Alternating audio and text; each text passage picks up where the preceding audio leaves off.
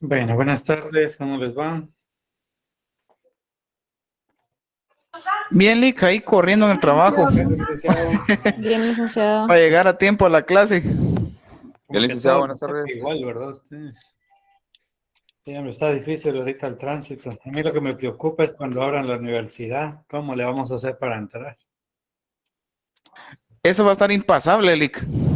Sí, no sé qué se va a hacer con eso. Pero bueno, mientras tanto, pues vamos a aprovechar las clases en esta vía, ¿verdad? Eso es lo que todos pensamos, licenciado, el Siempre tráfico exhorto que después. todos, sí, sí, cabal, fíjese, Karen. Por eso les exhorto a ¿cómo se llama? A que todos pongamos la atención, que nos esforcemos, ¿verdad? Por estar en estas clases, porque al final de cuentas lo importante es que aprendamos, ¿verdad?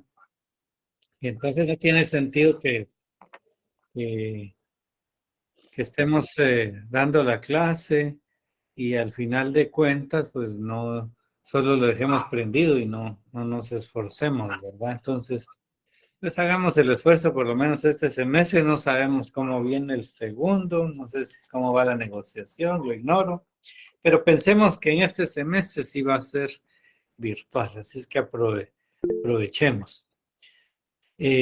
Otra cosa, ya el examen, ¿cuándo lo tenemos? ¿O no lo han publicado? Bien, 8, licenciado. El 27. Lunes Sí, 27, el Lick. 27. Buenas ¿Cómo? tardes, Lick. Lunes 27.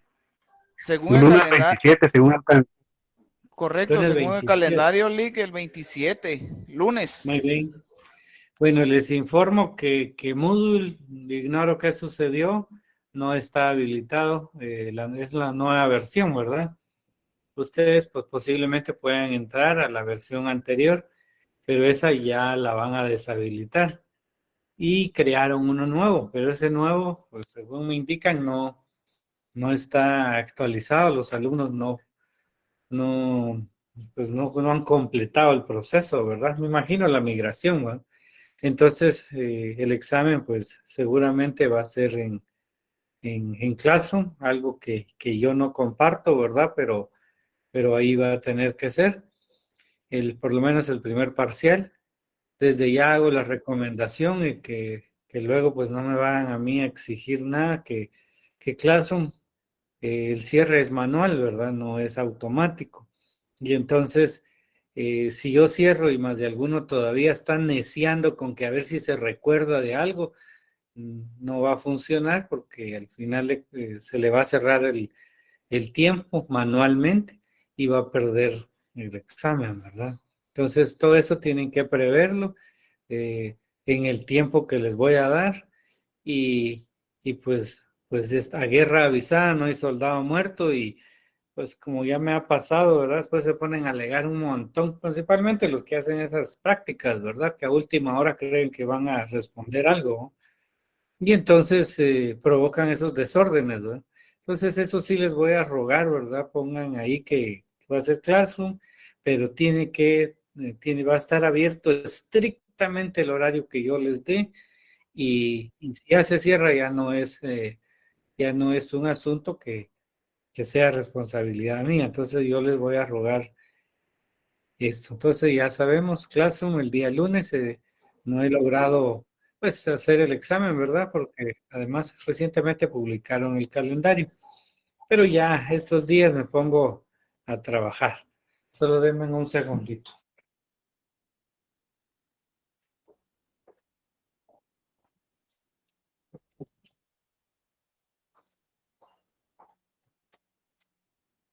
Que tenemos una perrita que hace mucha bulla, ¿va? Entonces, mejor fui a cerrar todo para que no nos interrumpa. Bueno, dicho eso, muchos pues han peleado también conmigo con el tema de que me gusta examinar en módulo, ¿eh? Pero hoy no se va a poder, no va a poder ser, entonces salieron ganando. Pero el segundo yo espero que sea en módulo. Bueno, el tema que vamos a ver hoy es este que tienen aquí en la pantalla, fundamentación constitucional del derecho de trabajo. Ya hemos visto algunos artículos que respaldan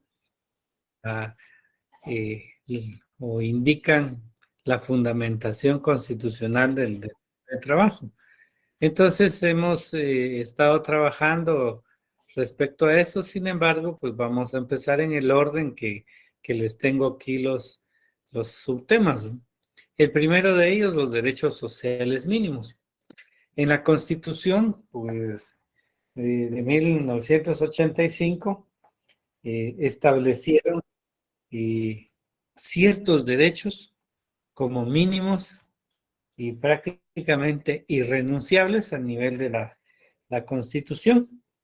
Y curiosamente, a pesar de que en esta Constitución puedan existir derechos digamos, que ya fueron superados por una norma que incluso puede ser reglamentaria, esto es permitido, no genera digamos, ninguna violación a las normas.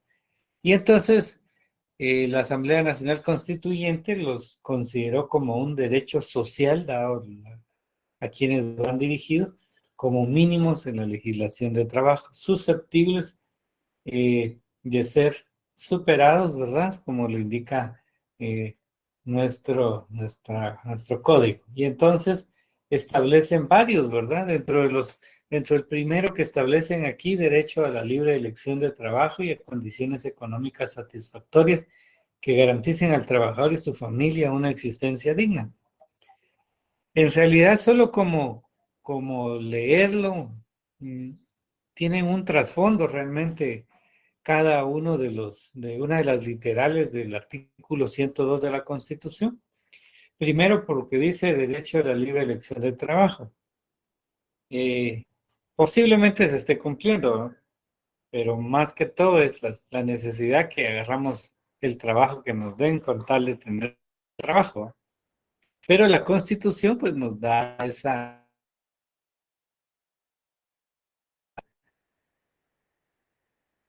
la opción de poder elegir el trabajo que queremos.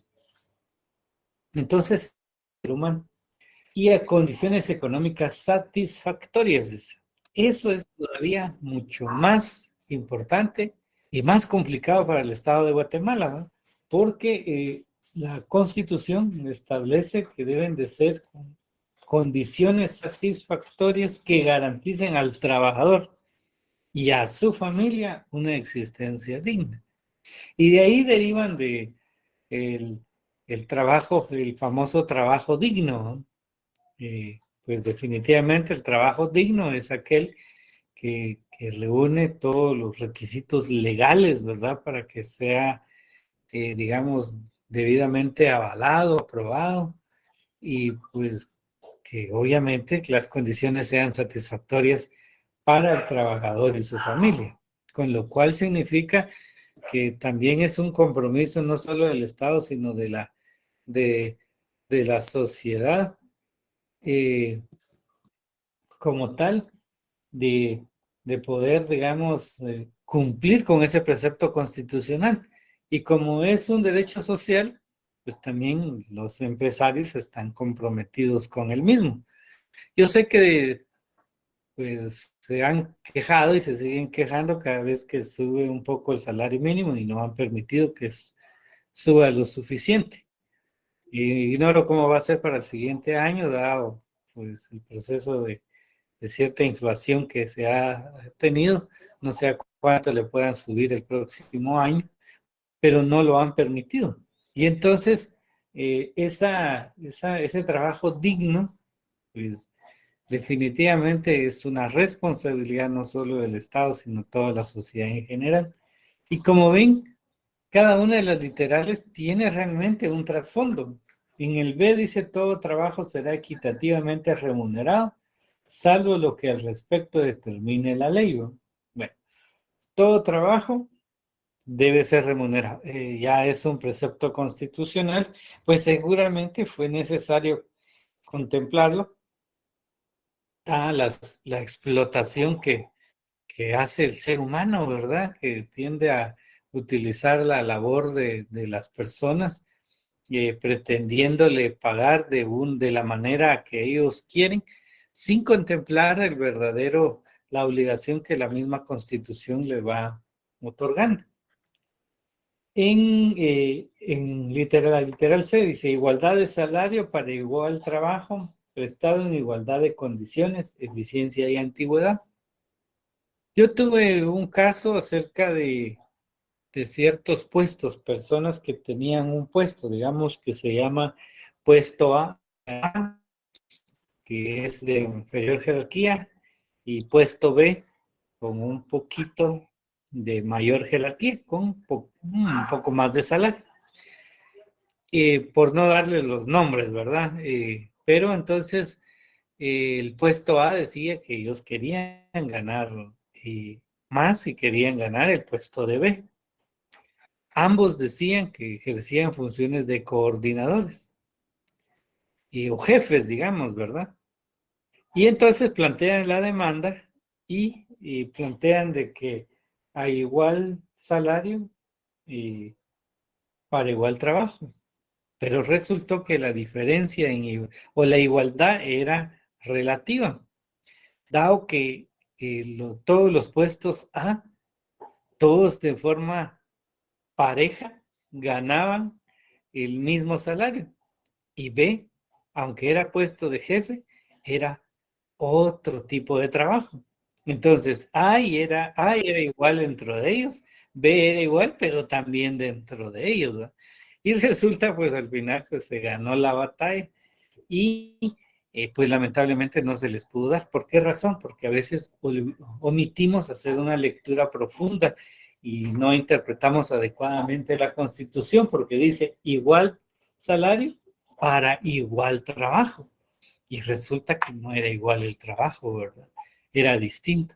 Y entonces, pues perdieron la demanda. Entonces son cuestiones que se pueden ir utilizando, pero hay que analizarlos adecuadamente. En la literal D de obligación de pagar el salario en moneda de curso legal, sin embargo, el trabajador del campo puede recibir a su voluntad productos alimenticios hasta un 30% de su salario. Y en este caso, el empleador suministrará estos productos a precio no mayor de su costo. Entonces pueden observar que solo hay una excepción en el tema del trabajo de campo, donde puede pagarle por medio de productos alimenticios hasta un 30% del salario, siempre obviamente con un precio no mayor de su costo, es decir, al costo. Y bueno, esa es una modalidad porque no nos pueden pagar en dólares, ¿verdad? Sino que en quetzales. La literal E, la inembargabilidad del salario, en los casos determinados por la ley, dice, los implementos personales de trabajo no podrán ser embargados por ningún motivo. No obstante, para protección de la familia del trabajador y por orden judicial, sí podrá retenerse y entregarse parte del salario a quien corresponda.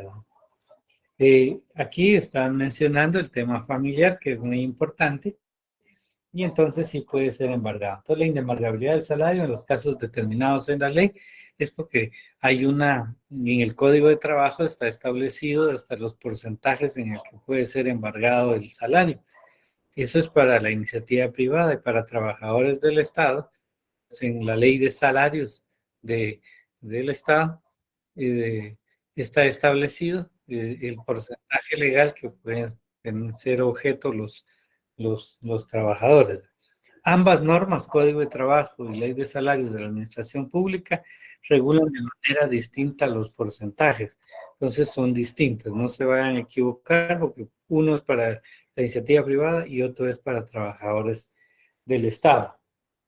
Fijación periódica del salario mínimo conforme a la ley está establecido en la Constitución. La jornada ordinaria de trabajo.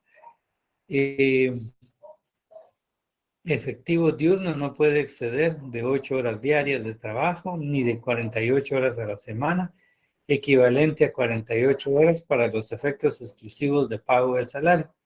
La jornada ordinaria de trabajo efectivo nocturno no puede exceder de 6 horas ni de 36 a la semana. La jornada ordinaria de trabajo efectivo mixto no puede exceder de 7 horas ni de 42 a la semana. Todo trabajo efectivamente realizado fuera de la jornada ordinaria constituye jornada extraordinaria y debe ser remunerada como tal. La ley determinará las situaciones de excepción muy calificadas en la que no son aplicables las disposiciones relativas a las jornadas de trabajo. Quienes por disposición de ley, por costumbre o por acuerdo con los empleadores laboren menos de 44 horas semanales en jornada diurna, 36 en jornada nocturna o 42 en jornada mixta, tendrán derecho a percibir íntegro el salario. Como ven, aquí vienen todos los salarios sociales mínimos, artículo 102 de la Constitución, pues definitivamente ahora la labor que van a hacer ustedes es continuar con la lectura de todas estas literales del artículo 102 como derechos sociales mínimos. Aquí va a recibir algunas preguntas, como dice, ¿cuál artículo van, compañeros? ¿Verdad? Imagínense. 102 literales. Perdón, actualmente, ¿a cuánto se paga la hora extra? No estoy hablando del salario por el momento. Les comenté que tratemos de no desesperarnos a veces, ¿verdad? Porque nos metemos a otros temas que todavía no estoy abordando. Y el día de hoy estamos abordando cómo está fundamentado los derechos sociales mínimos en la Constitución. Y por eso hice algunas explicaciones respecto a qué es un trabajo digno, por ejemplo, ¿verdad? ¿Qué es la igualdad del salario? La obligación de pagar en moneda de curso legal y así. Son derechos sociales mínimos o cómo la Constitución regula todos esos derechos que son considerados mínimos. Entonces ahora ustedes van a continuar con la lectura de estas literales, van a colocar, lo mejor es que, no sé que ahora es más fácil, ¿verdad? Hagan un subcuadrito, copien esto, ¿verdad? Como ahora solo es copiar y pegar, copien o hagan una especie de tabla, del lado izquierdo una tabla, todos los derechos sociales mínimos encasillados y luego a la par otras siempre en un cuadrito. Y ahí coloquen ustedes qué derecho está tutelando. Por ejemplo, la libre elección del trabajo, ¿verdad? Y condiciones económicas satisfactorias para una existencia digna. Entonces, la dignificación, por ejemplo, la libre elección del trabajo y la existencia digna del trabajador y su familia, puede ser, ¿verdad? Todo trabajo será equitativamente remunerado, ¿verdad?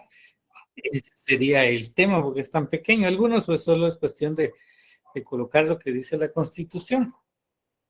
La igualdad del salario, que es igualdad de salario, ¿no?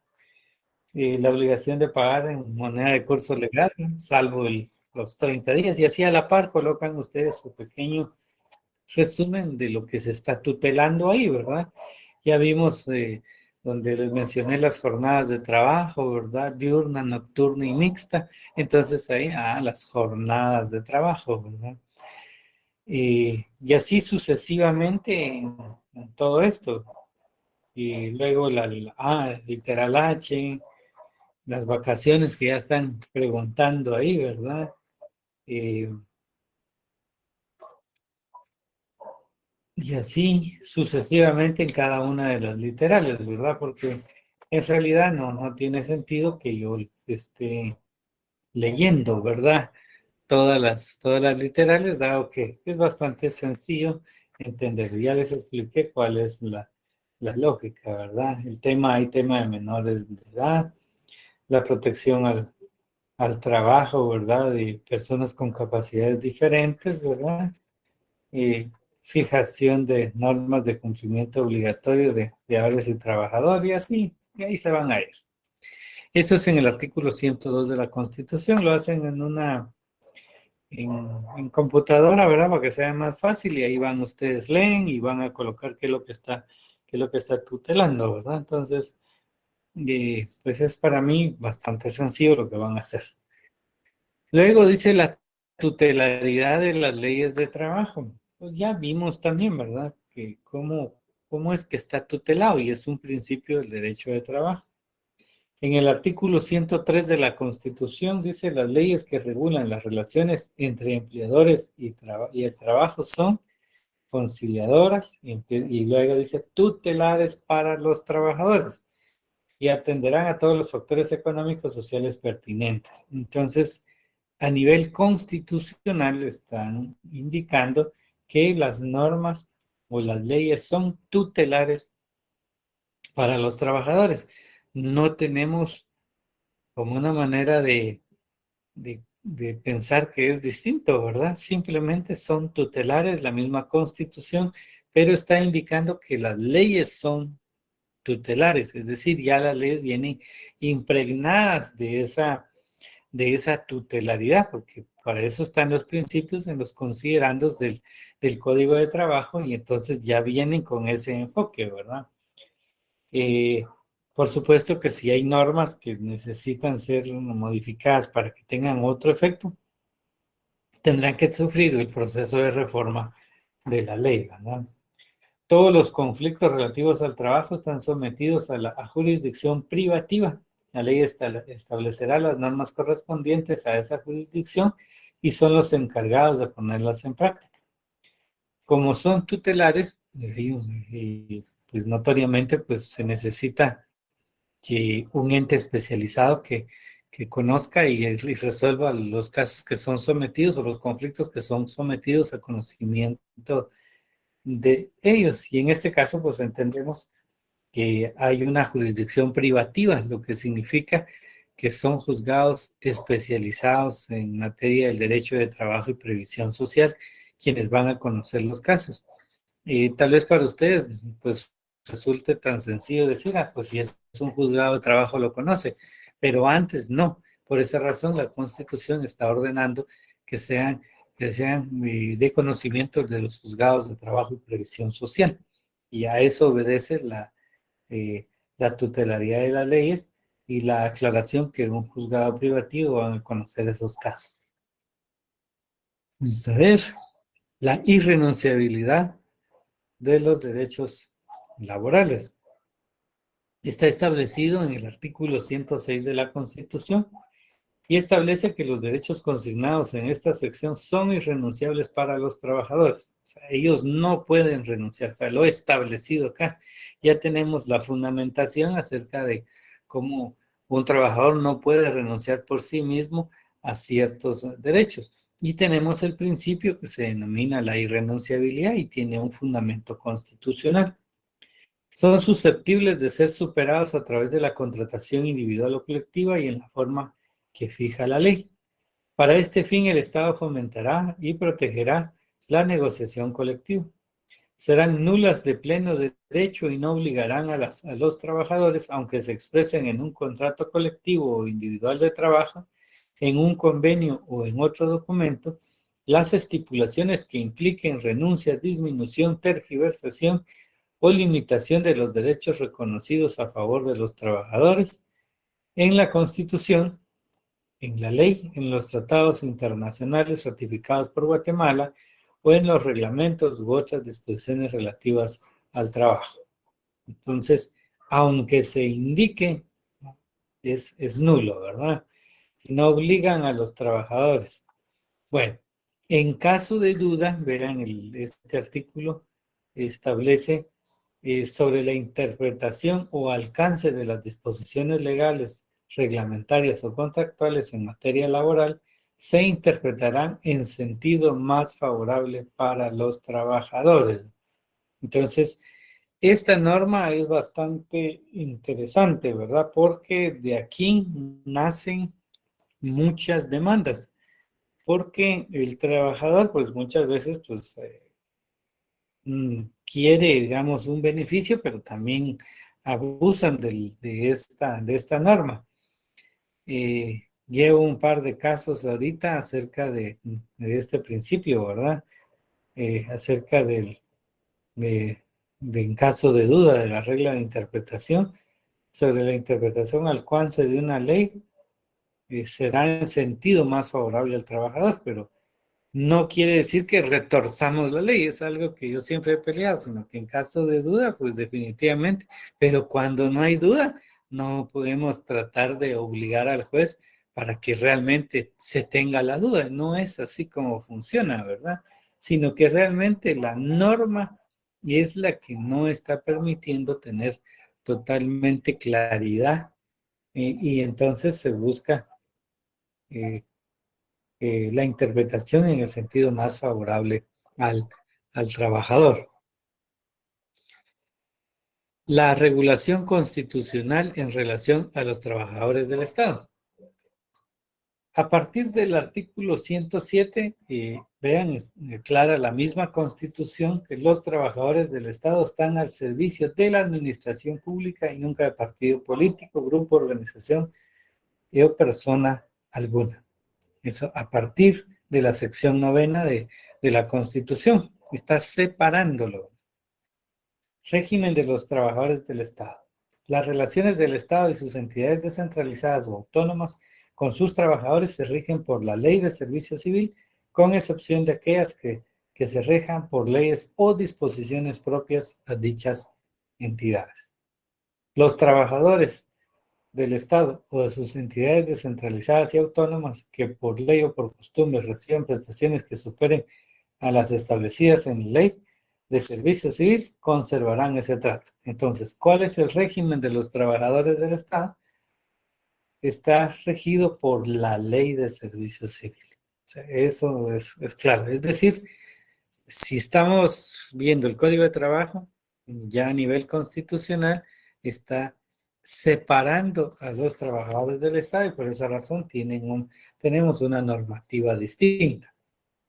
Y aquí viene los trabajadores por planilla, indemnización, eh, régimen de entidades descentralizadas, cómo funciona, prohibición de desempeñar cargo público, pues ya son temas, ¿verdad? Bastante poco más amplios. Y tenemos la cobertura del ICS en el artículo 105, la regulación de huelga para trabajadores del Estado. Entonces, algo curioso que los trabajadores por planilla y sus entidades descentralizadas autónomas que laboren por planilla serán equiparados en salarios, prestaciones y derechos a los otros trabajadores del Estado. Entonces, aún siendo por planilla, van a ser equiparados a salarios. La indemnización, al ser despedidos sin causa justificada, también recibirán una indemnización equivalente a un mes de salario por cada año de servicios prestados. Este derecho no podrá exceder de 10 meses. Sin embargo, ya hay instituciones que han superado este beneficio, porque cuando quieren despedir a alguien y para que no demande, pues ya incluso han colocado salarios superiores a los 15, ¿verdad? Y entonces, pues, es como un incentivo para que no demande. Régimen de entidades descentralizadas. Las entidades descentralizadas que realicen funciones económicas similares a las empresas privadas se rigen en sus relaciones de trabajo con el personal a su servicio por las leyes laborales comunes. Hay dentro del Estado entidades que funcionan como que fueran una empresa, les va a aplicar el Código de Trabajo. Prohibición de desempeñar más de un cargo público. Ninguna persona puede desempeñar más de un empleo o cargo público remunerado, con excepción de quienes presten servicios en centros docentes o instituciones asistenciales, siempre que haya compatibilidad. Por esa razón, muchos de los docentes que damos clases en la universidad, pues tenemos la oportunidad de elaborar en otra dependencia y poder desempeñarnos también como docentes, dado que es una excepción constitucional, porque solo se puede tener un puesto en la administración pública. El derecho a optar a un cargo público, Para su otorgamiento no se atenderá más que a razones fundadas en méritos de capacidad, idoneidad y honradez. Esto me llama la atención porque en una oportunidad llegó un trabajador y citó por medio de un diputado a mi jefe, ¿no?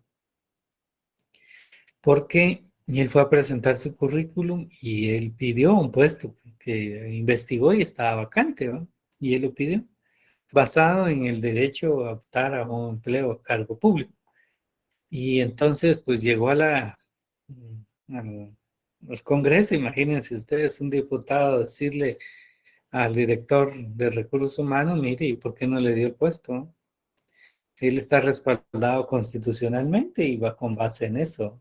Tienen derecho a optar a empleos o cargos públicos y para su otorgamiento no se atenderá más que a razones fundadas en méritos y capacidades. Entonces, ven eh, cómo cambian, porque cuando se habla de a través de méritos y capacidad, lo cual significa que yo puedo decir que tengo los méritos y la capacidad, pero ¿cómo lo evalúa la dependencia? A través de una convocatoria, ¿verdad? Y por esa razón, la ley de servicio civil establece la necesidad de efectuar convocatorias para los puestos, y hay convocatorias internas y externas.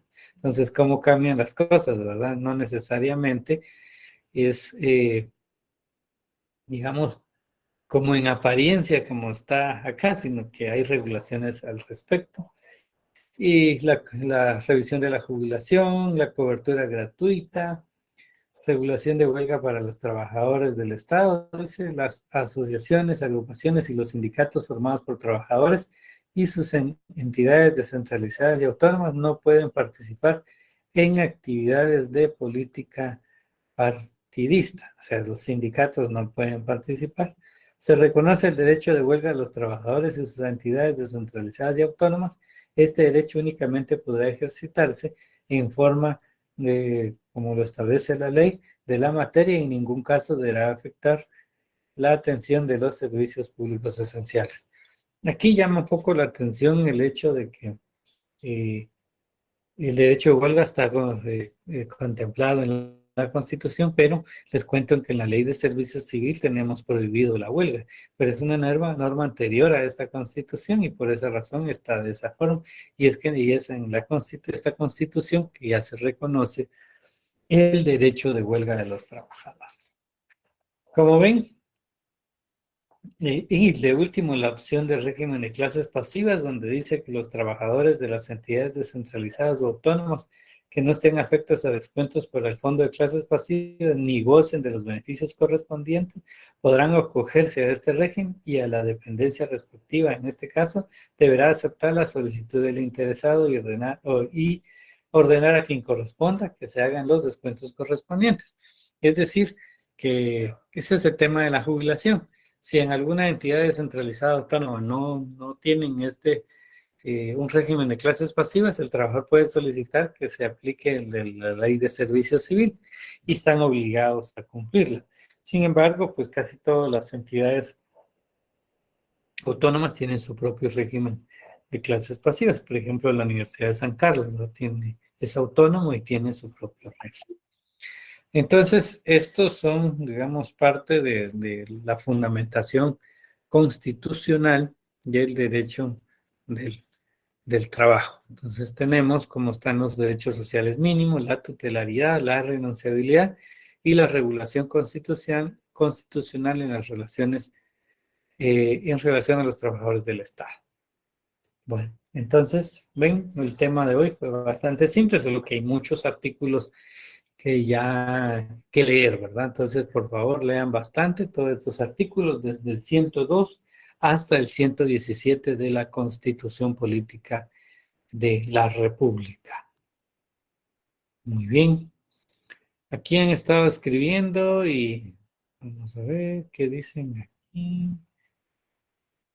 Respecto al literal B del artículo 102, donde todo trabajo debe ser remunerado, ¿qué opinas sobre algunos programas municipales con instituciones privadas que ofrecen becas con incentivo económico por realizar actividades con ciertas características laborales, mismas donde hacen afirmar que no existe una relación laboral donde al mismo tiempo los trabajadores hacia los becados no son del todo correctas.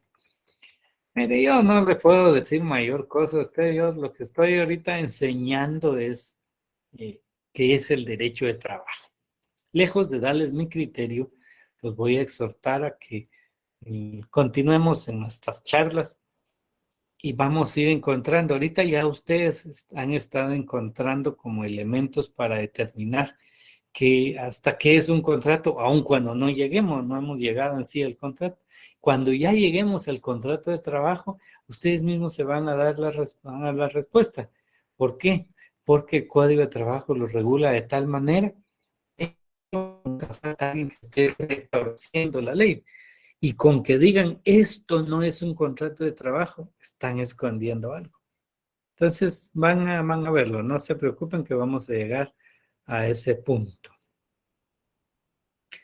Francisca Roselina levantó la mano. Buenas tardes, licenciado. Yo tengo una duda con ese tema de las condiciones económicas de trabajo. Por ejemplo, las personas que trabajan en casa, en tortillerías, en tiendas, que normalmente reciben un salario muy bajo, ¿qué sucede con ellas? Nada, siguen atendiendo la tienda. Sí, pero no tienen un salario mínimo, por lo menos. Claro, claro, pero por eso tranquila que usted, ese es un buen planteamiento, por eso les digo yo, sigamos escuchando nuestras clases y aquí estamos descubriendo pasito a pasito, ven cómo me los he llevado la doctrina, los principios, la naturaleza jurídica, la interpretación del derecho de trabajo, ya vamos a la fundamentación constitucional y ustedes siguen despertando esa curiosidad y excelente, ¿verdad? Pero la pregunta que dice ustedes, ¿y qué pasa porque no les pagan? Muy bien, quiere usted saber de salarios, ¿verdad? Quiere saber qué tipo de contrato tienen. Tranquila que vamos a llegar al tema de los contratos y van a ver que fácilmente ustedes van a resolver todas esas dudas. ¿Algo Gracias, más? licenciado. Yo, solo otra preguntita. En el artículo Ujú. 106, en el segundo párrafo, se refiere a lo que usted nos mencionaba en una clase anterior, que era el indubio pro operario. Sí. Dice, en caso de dudas sobre la interpretación, alcance de las disposiciones legales, reglamentarias, se interpretarán en el sentido más favorable para los trabajadores. Así es. Ahora, otra duda, Oigan, licenciado. Hoy sí estuve anotando todas sí, mis dudas. Bueno, en el artículo 12 dice que solo se puede optar a un puesto público, pero sí se puede tener, por ejemplo, un otro privado, digamos. No dos públicos, ah, pero sí un público y un privado. sí, claro, es que por eso les estoy explicando que el régimen de los trabajadores de la iniciativa privada es totalmente distinta al servicio público. Y en el servicio público está la prohibición de no poder desempeñar más de un cargo público, con la excepción que les mencioné en cuestión docente y servicios de salud, ¿verdad? Solo esa es la excepción. Pero fuera de eso, no se puede mezclar el código de trabajo, digamos, por así decirlo, con el Estado. Son dos relaciones distintas. Gracias, licenciado.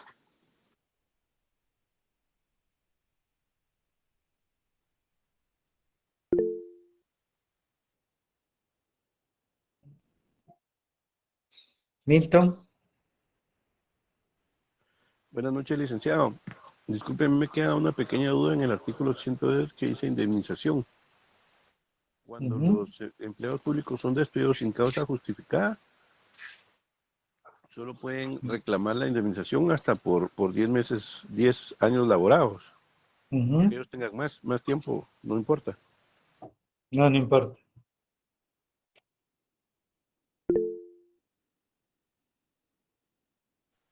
Gracias, licenciado. Bueno, Yo vi que Estuardo tenía levantada la mano, pero no sé si para ir en el orden.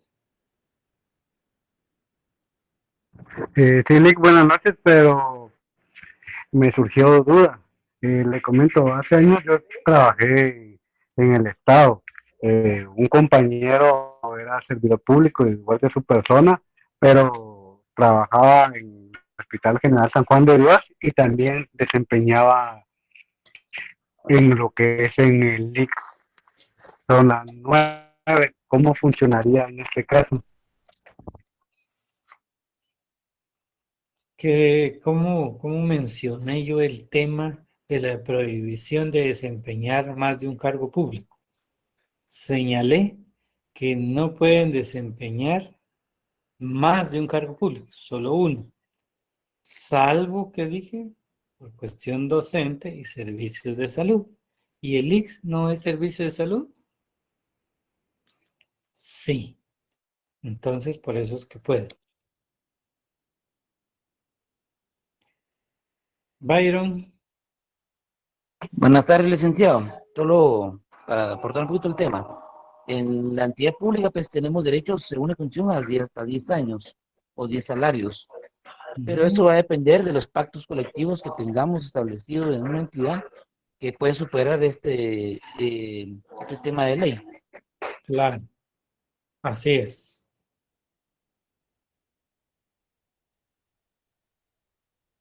Emerson. Licenciado, o sea que más de 10 años, si son 12 años, no se pueden reclamar. No. O sea, la ley garantiza nada más reclamar 10 años. Es correcto. Salvo que exista en un pacto, ¿verdad? Un beneficio mayor y ahí ya entendemos que nos van a pagar más. Por eso les puse como ejemplo que en la entidad donde yo trabajo se superó este beneficio, dado que colocaron que los que trabajan más de 10 años podrán obtener un pago de indemnización por, por el tiempo laborado, pero no pueden superar los 20 años. Entonces, hasta 20 están permitiendo. Y en el caso de esa dependencia, pero la ley establece 10 y si no hay pactos, 10 se queda. Muy bien, gracias. Muy bien. Douglas. Gracias, licenciado. Con el tema que usted está tocando en este caso, existen pactos colectivos como por ejemplo el de la Universidad de San Carlos, que ha dado el beneficio de hasta 14 para docentes y 12 para los administrativos. Y el nuevo pacto colectivo contempla que las personas que tengan 20 años más un día de trabajo laborado, pues se pueda ir con 14 salarios administrativos y 16 los docentes. Pero esto lo vemos como un beneficio que es susceptibles a mejorar. Entonces, en cada nuevo pacto colectivo se ha estado dando este beneficio para que no quede ligado solo a 10 salarios. Claro, es válido. Uh-huh. Como son mínimos, todo lo que está ahí al final es mínimo también, ¿verdad? Aunque no esté literalmente en ¿cómo se llama? En el rubro del derecho social mínimo. ¿Alguien más?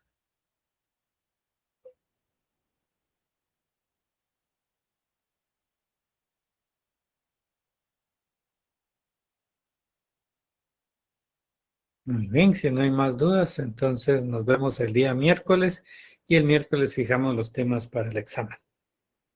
Pasen feliz Gracias, noche. Rick. Feliz tarde. Feliz noche. Feliz noche. Muchas gracias, Muy licenciado. bien, Feliz Lick, noche. gracias. Feliz noche. Para servirles, se cuidan. Gracias, Lick. Buenas noches. Buenas noches. Dale, buenas noches.